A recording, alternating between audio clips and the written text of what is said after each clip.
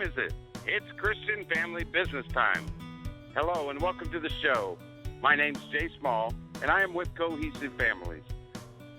Cohesive Families' vision and purpose is to help Christians start and prosper a biblical family business. We're excited today to launch our pilot show and have a fantastic guest with us who has many years of business experience. We commit to you that we will diligently find accomplished business owners who will share their experiences and stories with you that will educate and prayerfully inspire, motivate you to your success. I'm excited today to have a awesome business person with us who has built from the ground up a business that is thriving. My wife has had the pleasure of meeting her through a search for the product, the unique product that she presents. But I'll let her tell her story. And right now, I'm proud to have Theresa Drazba with us from Love My Jean Skirts. Theresa, welcome to the show. Thanks, Jay. I appreciate the invite. Well, we're excited to have you. Your story definitely has inspired us, and what you bring to the table, I think, helps all the people out there who would possibly be thinking about starting a business. You know, can I do it?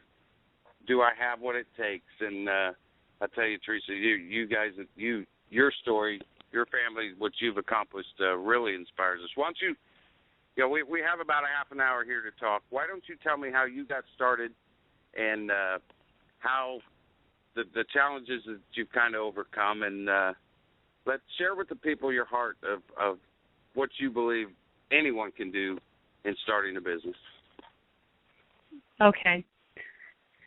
Well, I've actually been a legitimate business now for almost 2 years. I started the business out of my home about 4 years ago.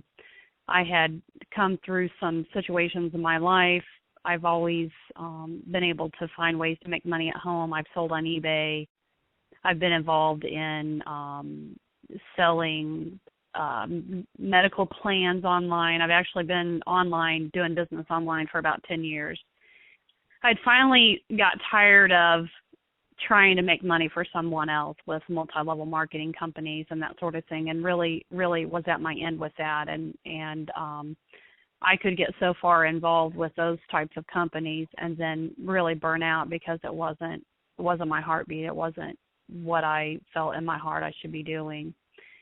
And I finally had decided to go back to school. I felt like maybe finishing an education was a good idea for me, and so that's what I decided to do. I actually decided to do this when I was pregnant with my 10th child. Wow. I had 7 children of my own, and two that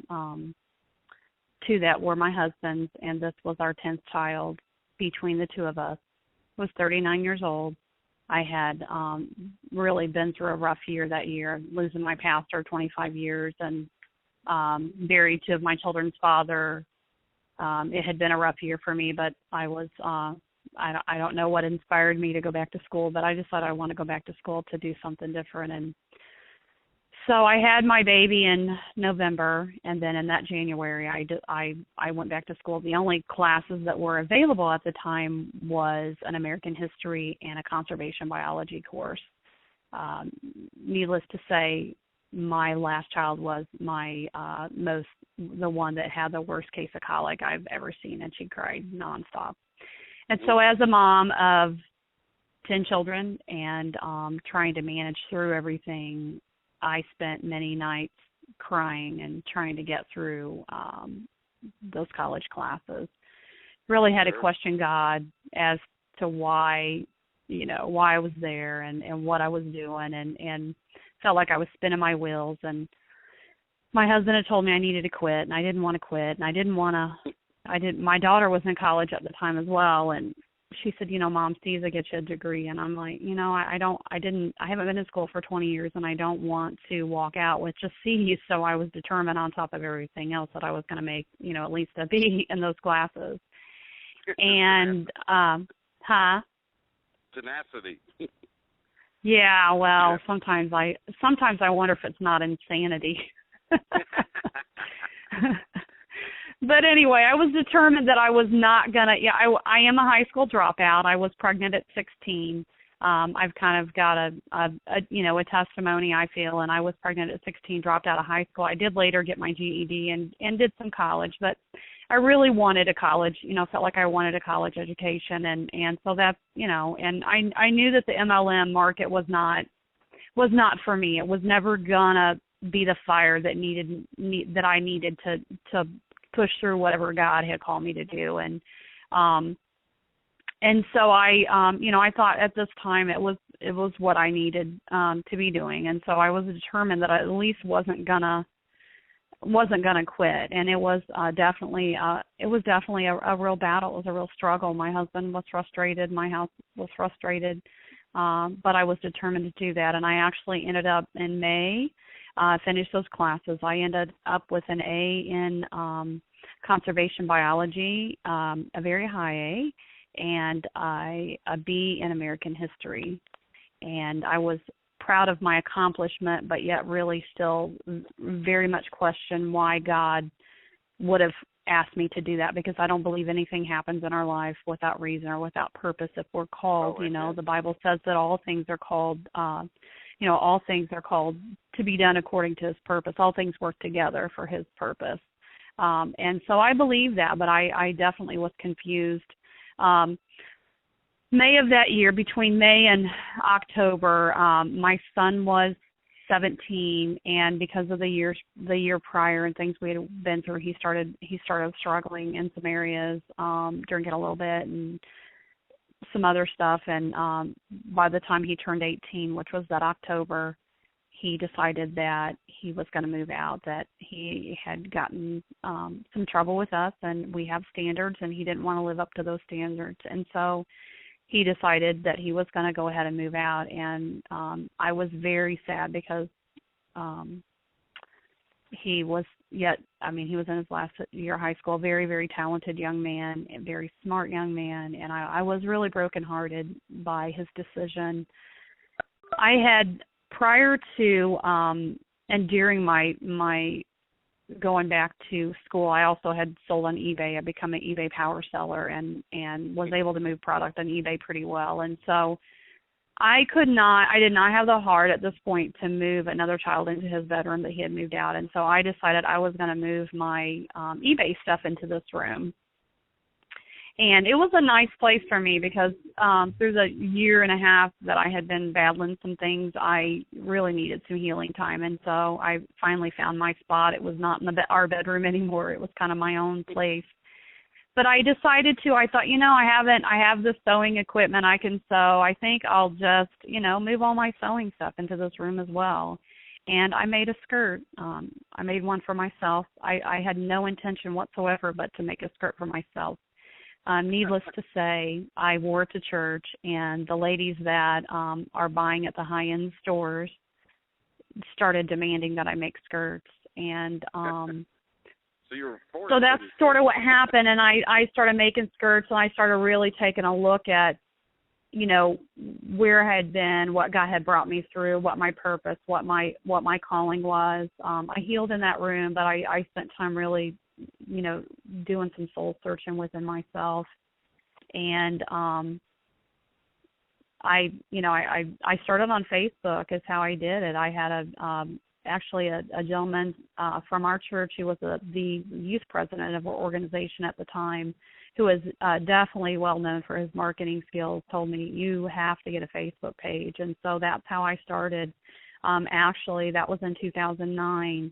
And February of 2009 and February, it's been 4 years, but I have over 10,000 Facebook likes on my Facebook page. And Facebook has been how I built my business. That's how I started. That's what I used, and that's how I moved. And, the important thing about a business is that you have to know your market. You have to know your audience. You have to know who your market is and be able to appeal toward that market. Being a modest jean skirt wearer myself and having 7 girls and knowing how difficult it is to try to find modest jean skirts, I definitely knew my market. I've always enjoyed fashion, appreciated fashion, and because I grew up from a poor family, my mom and dad were both very poor, and my dad worked hard, but we didn't have a lot of money. I learned to be thrifty and try to make things look nice that probably other people wouldn't think to put together. So, I feel like that God gave me kind of an area and niche in fashion that I could, take things and make them look nice. But I kind of moved through this. Go ahead. I was going to say, it's just amazing to me that when and you see it over and over again, that when the person lines up with what God has intended for them, and Absolutely. everything just starts falling into place. Absolutely. The testimony to obedience, and you went to a quiet place, right, to seek where God says, "Be still and know that I am God, and let right. me take over and watch what I can do." It's just. I finally had to surrender. I had enough. I mean, I just was beat and tired and was not looking or searching. Just needed to heal and it was I was like I said it was heartbroken. It's a pretty amazing journey. It's actually been it's been about a 5-year journey, and I mean I have fought a lot of battles, and one thing that I tell people, and God has shown me so many things, but one thing that I tell people, and I have a son now. This son now, praise the Lord, 5 years later has surrendered his life back to God and is going in the right direction. And I there's nothing greater than that.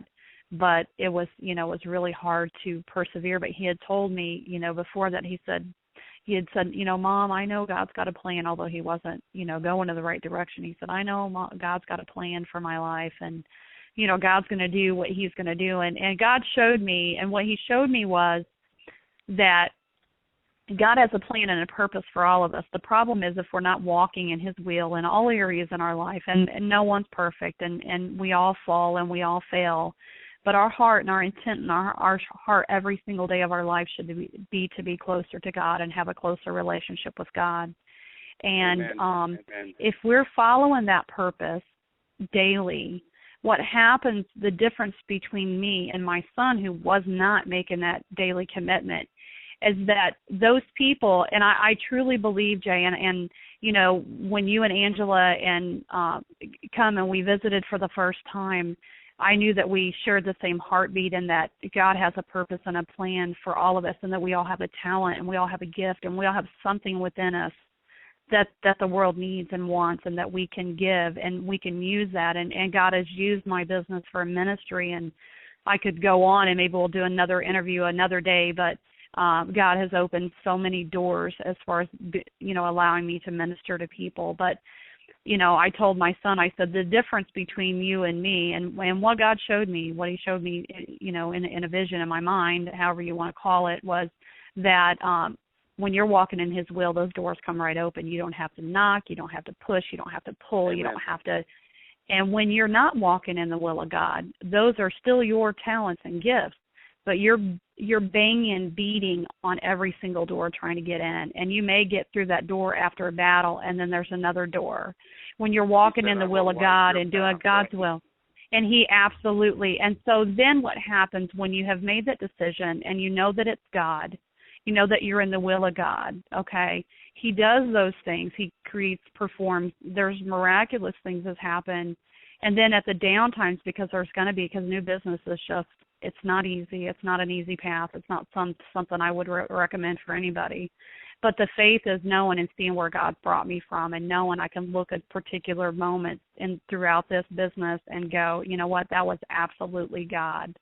I was able to, I'll go back to my story a little bit, but I really, my husband really had encouraged me, to move forward with what I was doing. I really spent a lot of time in prayer. I have children. I've always been a stay-at-home mom. I believe in that, and I'm definitely, a huge advocate, especially when the children are small, and I did not want to leave my home. And I really did a lot of praying and the thing about it is, if it is God's will, He's gonna open every door, and He's gonna move every obstacle, and that's what He did for me. And actually, being your own business owner, the nice thing is my daughter can come to work with me. So it's not like you work in a secular world that you have to go to work and there's no option whatsoever. You have to put your child in daycare. But anyway, sorry, I lost my train of thought where I was going with that.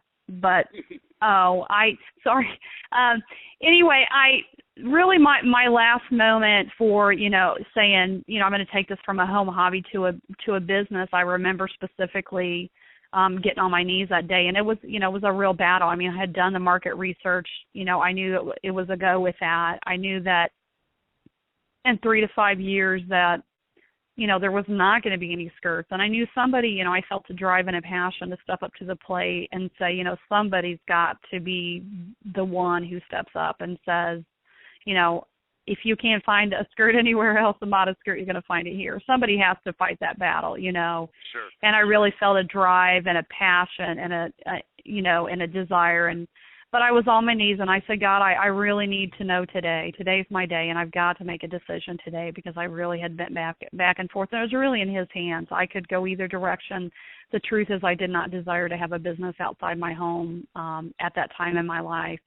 It probably was the worst time, really, for me with personally what I was going through. But I prayed and told God that I needed Him to let me know. And within 5 minutes, 10 minutes, I got up. I got an email from a lady, and she said, "You don't know me." She said, "I am so-and-so's pastor's wife." And the young lady she mentioned was a young lady that had been online searching and had some jeans that she wanted me to turn into skirts. And she sent them to me, but in the process of that, I was able to encourage her and minister to her and that sort of thing. And this pastor's wife said, "I just want to let you know what you've done in this young lady's life. I believe she's going to go on to make a difference in other people's lives. And I just want to thank you for what you've done, and I want to thank you for your ministry, and thank you, and tell you just to keep going." And that's what God does. And it's, and I mean, that's what He does. He just, and all those obstacles, my last thing was, okay, God, I'm ready, but I'm going to need somebody to help me with my child, with my baby. My daughter was 2 at the time. I said, I can't just, you can't keep her all. I couldn't keep her all the time, because it was setting up a business. And around the corner, there was a young lady that had just moved in, and her husband I had babysit, and I knew they were a solid Christian family. I knew the family. They had young children, and they literally moved. I would have had to drive by their house every single day. And I ran into her a couple times and said, would you be willing to help me with, and she was homeschooling her son, and I said, would you be willing to help me? And absolutely. And that was really my last excuse. The last obstacle that God removed. And God put it right in front of me. I mean, it was just right there. I mean, but there's been a lot of other things. I ended up, what's truly probably remarkable about what I'm doing or what I've done is I was able to write a business plan with what I was doing and go to a local bank and be able to get funded to get my business started. And that is, it really is truly remarkable. There's other things that have happened, but it's been God's hand in every step. I would not. In the 10 minutes that we have left, and we are definitely going to have you back on, because you are just full of inspiration and motivation. And what would you stress to someone that is thinking of starting a business or has just started? What would be your encouragement to them, or words of wisdom, or what would you say to them that could help turn that table for them? Really, the most important thing is God, and being able to be in prayer and know without a doubt with all your heart that that's God's will. You have to know that. If you don't know that, you can't take another step. I don't advise another step. Secondly, support from your family, your loved ones. If you have a pastor, minister, those sort of things, you really, really need the support of the people around you. You need to know they're going to be there. They believe in you. Those are the first things, and the third thing would be just, your product has to be marketable. It has to be in demand. and you have to have a product that people want and be able to reach that market. Those are things that are important. So it's not anything that it took me a year and a half to really make that decision. It was not a decision that I made lightly, and it wasn't a decision that I got a hurry to make. I really, really did my homework. I spent my time in prayer, spent my time, hours of discussion with my husband, my pastor, and, really did a lot of market research. I really wanted to know, I needed to know what I was going into. And those are the most important things I think that I would. Yep. Well, I think that's great advice. Don't